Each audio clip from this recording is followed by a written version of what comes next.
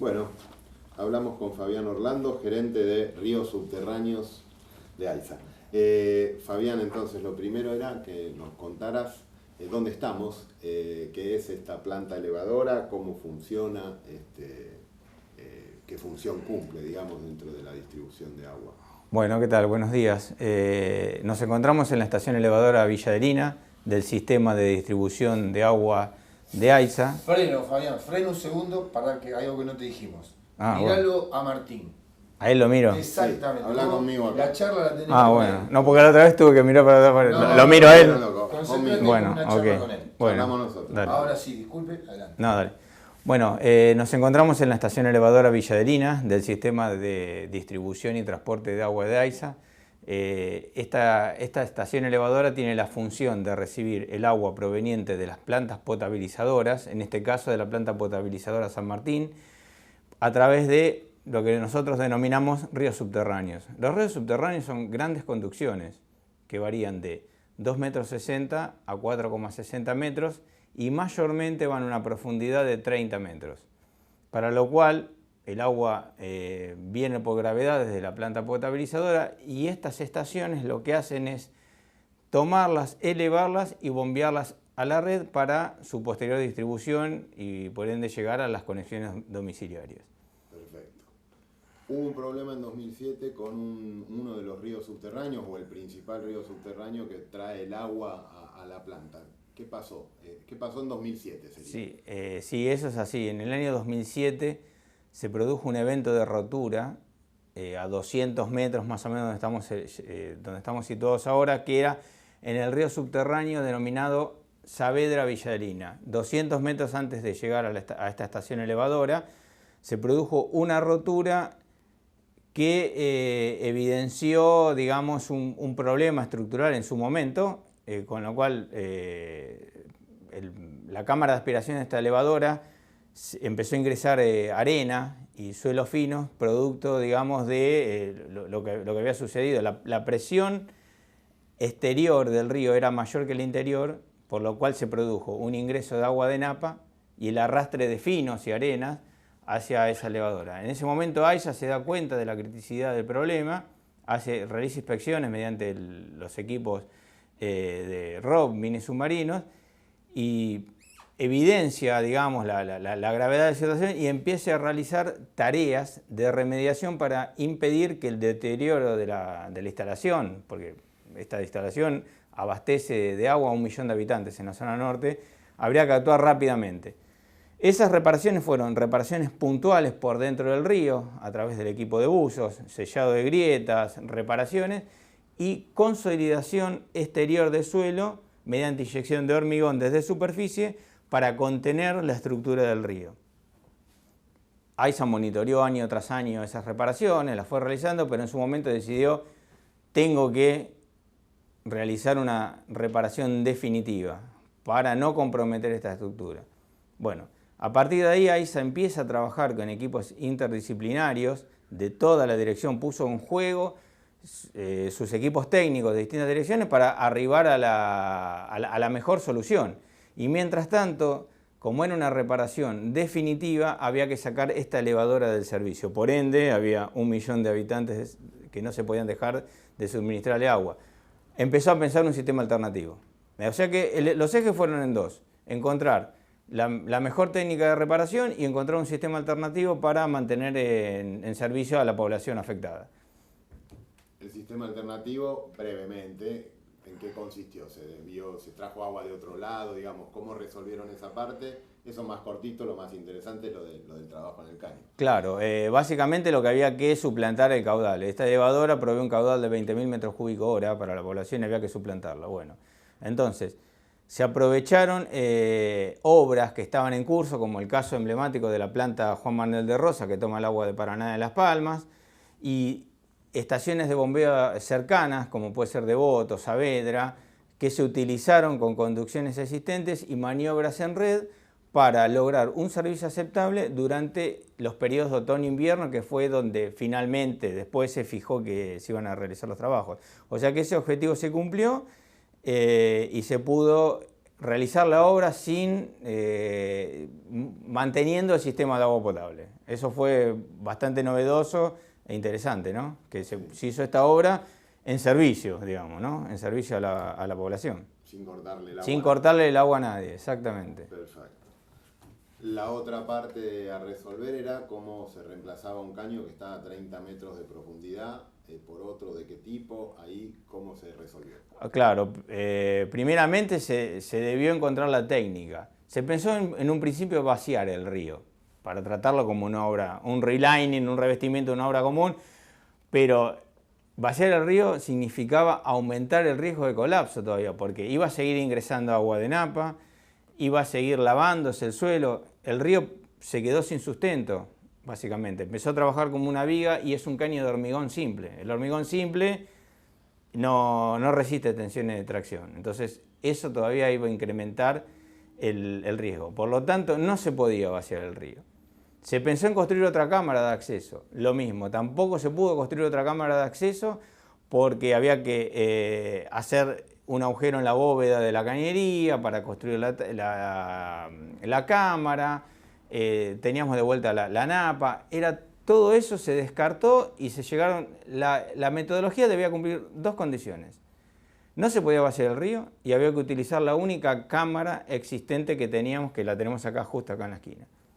Con eso se pensó en la mejor metodología y se consultó con diversas empresas internacionales y la única empresa que propuso una solución, una metodología adaptándose a estas premisas fue una empresa alemana. Para lo cual, bueno, la obra consistió en, primero había que aislarlo este tramo para poder continuar el servicio. Se colocó una válvula tapón, que la válvula tapón era dos mitades, digamos, de 2.700 milímetros de diámetro, cada mitad pesaba 2.500 kilos, o sea 5 toneladas cada una, y eso se colocó a 200 metros en la estación elevadora Villadelina 1, que se construyó para ser parte del sistema alternativo. Ahí se aisló, aguas arriba de esa válvula tapón, el sistema estaba en servicio, se brindaba agua a la población, y aguas abajo quedaba la zona de obra, los 216 metros que había que rehabilitar. Bueno, la rehabilitación consistió en un relining que se llama, que es un revestimiento interno de una cañería más chica. El diámetro del río subterráneo tiene 3 metros. Se colocó una cañería de 2,5 metros, de un PRFB que vino de Austria con una rigidez superior que acá no existía en el país, porque el caño es portante, digamos, que es el que da la resistencia, tiene una rigidez de 20.000 newton por metro cuadrado. Es una cosa mucho mayor a las cañerías que se utilizan normalmente.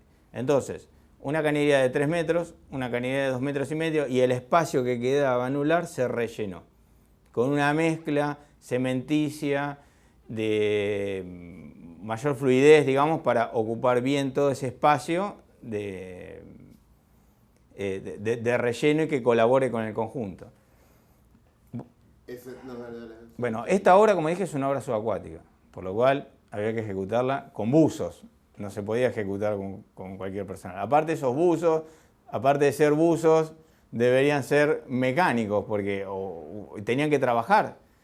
Había toda una zona, digamos, de sedimentación de hormigón, que fue cuando expliqué que se hicieron consolidación de suelos, que entró y selló la cañería, porque fue muy buena, digamos, esa consolidación, pero parte entró y había que hacer un trabajo de minería prácticamente adentro de desvase y desmonte y extracción de todo ese material. Se extrajeron bastantes metros cúbicos de hormigón con una resistencia de 800 kilos por centímetro cuadrado y esos buzos montaron un taller abajo y retiraron todo eso previamente, para luego poder pasar las cañerías. Así que fue un trabajo bastante, digamos, novedoso, digamos, no se hizo en ningún lugar este trabajo. Así que bueno, esa fue la primera en poder hacer este tipo de reparación.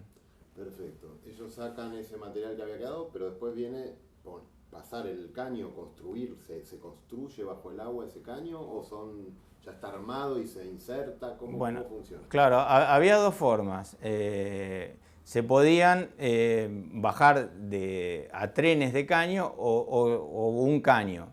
Depende de la situación. para los cuales ellos diseñaron una máquina especial a medida de inserción de tuberías.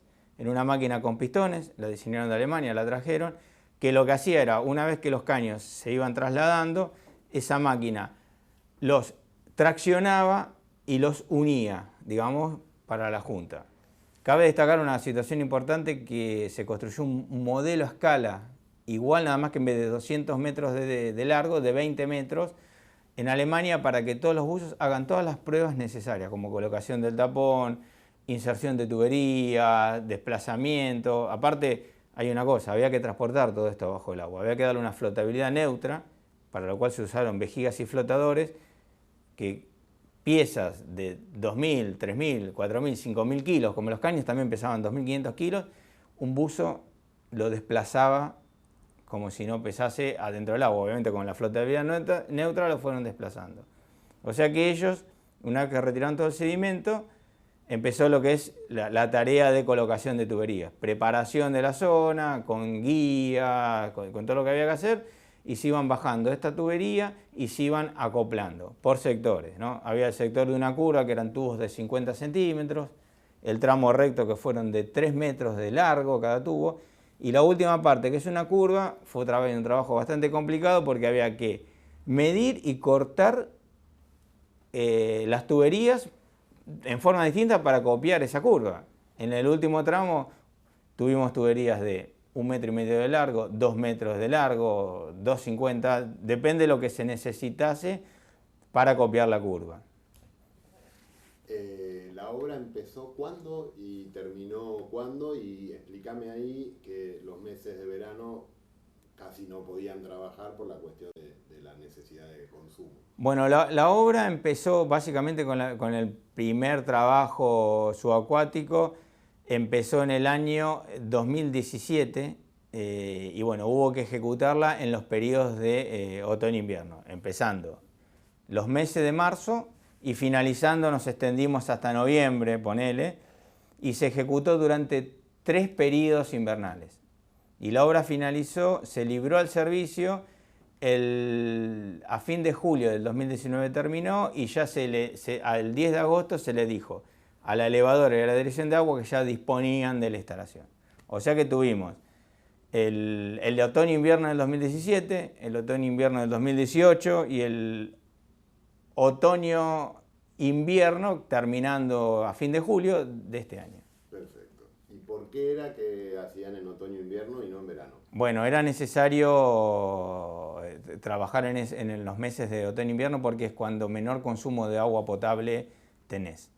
Por lo cual, el sistema alternativo era bueno para esos meses, porque te brindaba unos niveles de servicio en presión aceptables, digamos, para esa situación. En verano vos tenés mayor demanda, cuando mayor demanda tenés, la presión en la red es menor, y el sistema alternativo, por una cuestión de que se abastecía de otros lados, tenía mayor pérdida de carga, entonces no podía afrontar, digamos, las exigencias de un periodo estival. Entonces, pero para otoño-invierno fue una condición contractual que se fijó en el contrato, que se debía trabajar ahí para poder afrontar en el periodo de verano la mayor demanda de agua potable de la población. Perfecto. Bueno, y vamos a lo que viene ahora a partir de esta obra, que fue como una obra modelo, que queda, digamos, como método a futuro para poder trabajar sobre otros ríos subterráneos. Y bueno, que me expliques eso, por ahí haciendo énfasis en que lo exitoso y lo novedoso de esta obra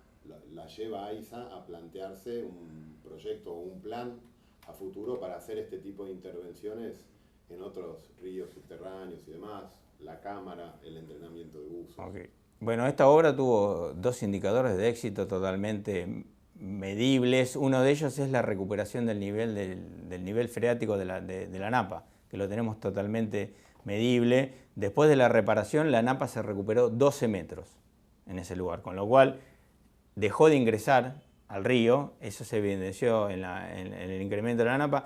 Y otro valor que es difícil de cuantificar es la experiencia y el know-how que le quedó a AISA ahora, porque esta metodología AISA la puede replicar en cualquiera de sus instalaciones. Ojalá que no haya necesidad, pero digamos de haberlo, AISA está lista, ya tiene la experiencia para poder replicar la misma metodología en otras instalaciones de ríos.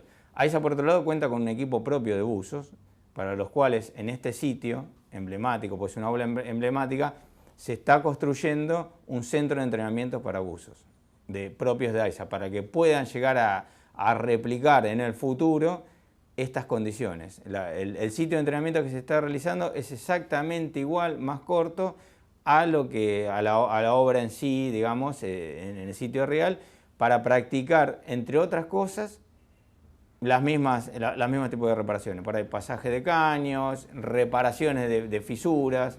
Digamos, la idea es eso, es contar prontamente con un centro de entrenamiento propio para nuestros buzos. Estamos. Impecable. No sé si sentís que quedó algo afuera. No sé, por ahí fue muy rápido. La dije. Del prototipo para entrenar hablamos.